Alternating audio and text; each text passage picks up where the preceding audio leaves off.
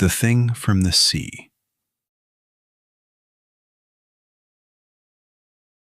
The wind off the northern sea carried the smell of salt and rain.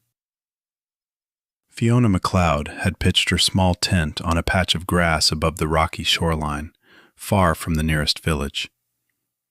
The cliffs of northern Scotland rose behind her like dark teeth against the sky, and the sea stretched endlessly into blackness. She liked the solitude. It was the reason she had come. A small fire crackled beside her as she finished her tea and listened to the distant waves breaking against the rocks below. The night was cold, but peaceful. Too peaceful. The fire burned low. Fiona crawled into her sleeping bag and zipped the tent closed. The wind whispered over the cliffs. Then something moved outside. At first she thought it was the wind dragging through the tall grass, but the sound came again, heavy, wet, slow. A dragging step, followed by another. Fiona held her breath. The footsteps circled the tent. Something large moved just beyond the thin fabric walls. She reached slowly for her flashlight. The sound stopped. Silence swallowed the cliffside. For a moment she almost laughed at herself. Then the smell reached her. Rotten, salted, like seaweed left to rot beneath the sun, mixed with something far worse. Her heart began to pound. The footsteps returned, closer now. And then, a long, rasping breath slid across the outside of the tent. The fabric bowed inward as something massive brushed against it. Fiona froze. A shadow moved across the canvas wall, but the shape was wrong. Too tall, too twisted. And then she saw the outline of its head. A horse's skull, but grotesquely long and bent. The neck stretched upward unnaturally, like something that had been pulled apart and twisted back together. The creature sniffed the air again. Its breath sounded wet. Fiona didn't wait any longer. She grabbed her jacket, ripped open the tent flap, and ran. Behind her, something shrieked. The sound was like rusted metal tearing through bone. Fiona ran across the dark hillside, her boots slipping on wet grass. Behind her came the thunder of hooves. But the sound wasn't right. They struck the earth unevenly, as if the creature dragged part of its body behind it. She dared one glance over her shoulder, and wished she hadn't. The thing chasing her was a nightmare.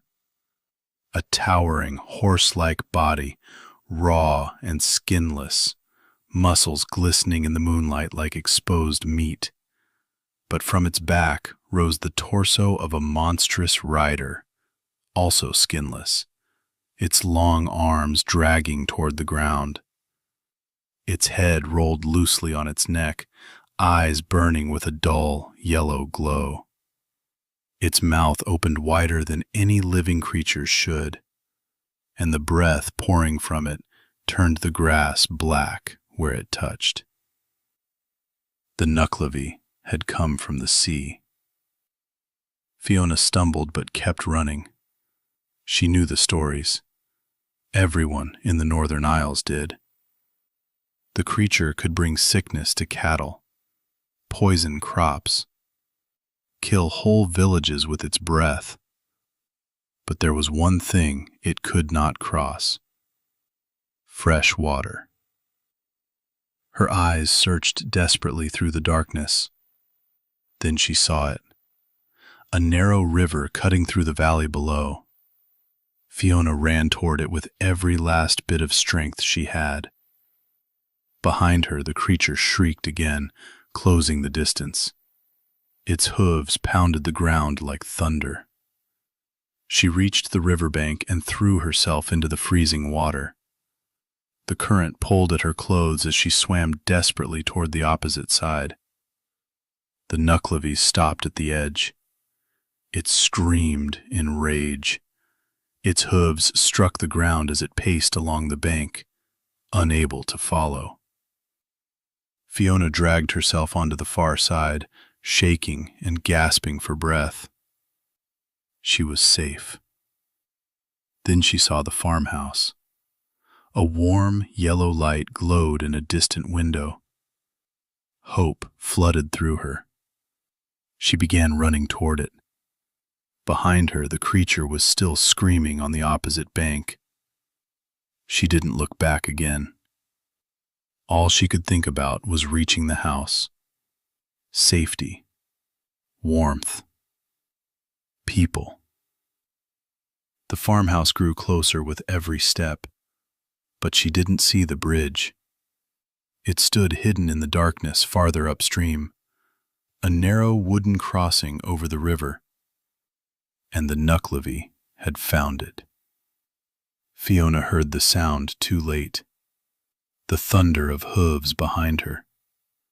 She turned, and the creature was already there. Its towering shape blocked the moonlight as it lunged forward. She ran harder than she ever had in her life. The farmhouse door was only yards away. She could see the porch, the window, the light. Then something slammed into the back of her leg. A massive clawed hand wrapped around her ankle. Fiona fell hard onto the cold ground.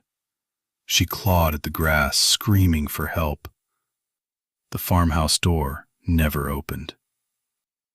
Slowly, relentlessly, the Knuckelavee dragged her back across the field, toward the darkness, toward the bridge, toward the sea. And by morning, the only thing left on the hillside was a single trail in the grass, leading back to the water. This has been An Old Tale After Dark.